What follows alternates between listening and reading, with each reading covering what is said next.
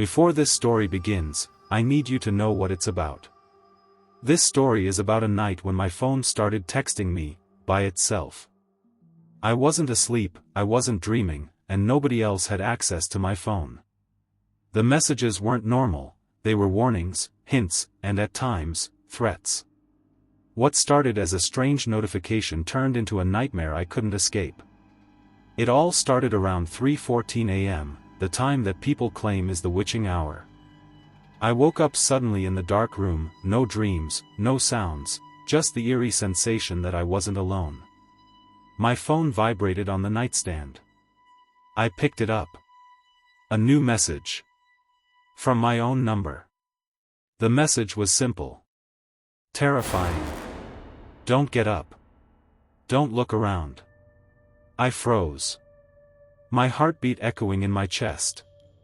I knew nobody else was in my apartment. But my phone was moving, sending messages on its own. That was the first warning. The messages continued for several minutes. Each one more detailed, more personal. They knew my habits, the things I had done earlier that day. They knew me, like someone else was inside my body, watching me. I didn't want to reply. But the notifications kept coming, urgent, demanding attention. The worst part? They weren't just texts. Some messages included photos, taken from inside my room. But I hadn't taken them. For those watching on YouTube or Facebook from a computer, PC, or television, please subscribe or follow the channel or page. Thank you. At first, I tried to rationalize everything. Maybe it was a software glitch. Maybe a hacker. But nothing about the messages made sense. They were sent from my phone number, using my SIM card. No apps were installed. No one could access it remotely. Then came the first instruction. Check the mirror. Do not turn around. I didn't want to. But curiosity got the better of me. Slowly, I glanced at the bedroom mirror. And I froze. For a moment, I thought I saw my reflection moving differently. A slight twitch in my shoulder, a subtle smirk I hadn't been wearing. My reflection wasn't entirely me. I dropped my phone, backing away from the mirror. The messages kept coming, faster this time. It sees you. It knows you. It is already behind you. I couldn't breathe. I didn't want to move. I stayed in bed, frozen, as my phone vibrated in my hand continuously. For those watching on YouTube or Facebook from a computer, PC, or television, please subscribe or follow the channel or page. Thank you. The next few nights, the texts became more personal. They described things only I knew, moments I thought were private. Each notification was a countdown. One night, I woke up to the sound of someone breathing in my room. My phone lit up again. Another message. Look behind the door. Slowly. Do not run. I didn't want to. But my eyes were drawn to the bedroom door. Slowly, I peeked around the corner.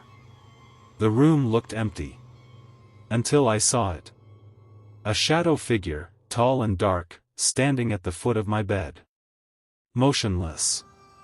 Watching. It didn't move, but I could feel it watching me. My phone vibrated once more. It's closer than you think. I covered my eyes, my mind racing. My own apartment had become a trap. The messages became interactive. Each time I moved, a new text appeared. Do not close your eyes. Do not speak. It is learning your patterns. One night, my phone began sending texts without my touch. I watched in horror as it typed. Check under the bed. I didn't want to. But my curiosity forced me. Slowly, I peeked under the bed. Empty. Nothing there. Then my phone buzzed again. It was never under the bed. Look up. I looked toward the ceiling, and the shadow figure was reflected in the bedroom's ceiling light. It wasn't in the room. It was above me, suspended, watching. The following nights, the texts became faster, urgent, almost panicked. They knew when I was awake, when I was asleep, every time I left the room. Do not leave the room. Do not touch your phone.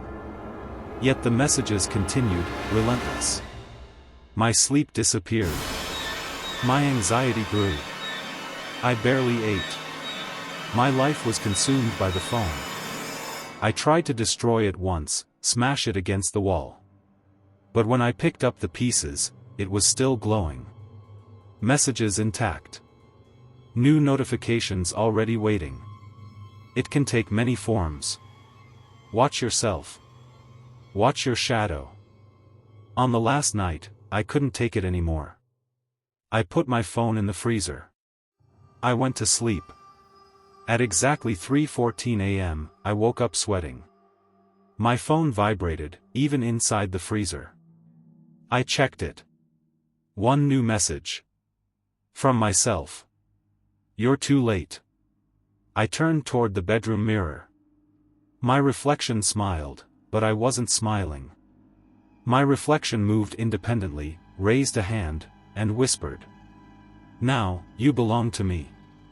The phone's screen went black. The shadow in the mirror remained.